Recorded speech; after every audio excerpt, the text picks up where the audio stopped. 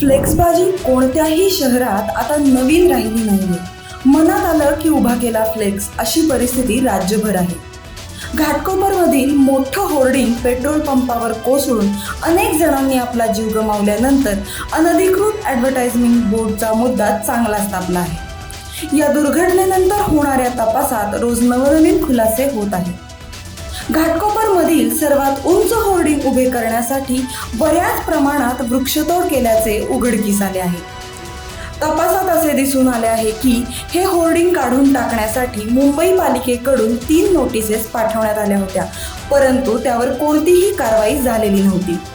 असेही सांगण्यात येत आहे की वादळी वाऱ्यामुळे होर्डिंग कोसळण्याआधी काही वेळापूर्वीच 3री नोटीस मिळाली होती. या संपूर्ण प्रकरणात आता इगो मीडिया प्रायव्हेट लिमिटेड या ॲडव्हर्टायझिंग कंपनीवर सदोष मनुष्यवधाचा तसेच वृक्षतोडीचा गुन्हा दाखल करण्यात आला आहे.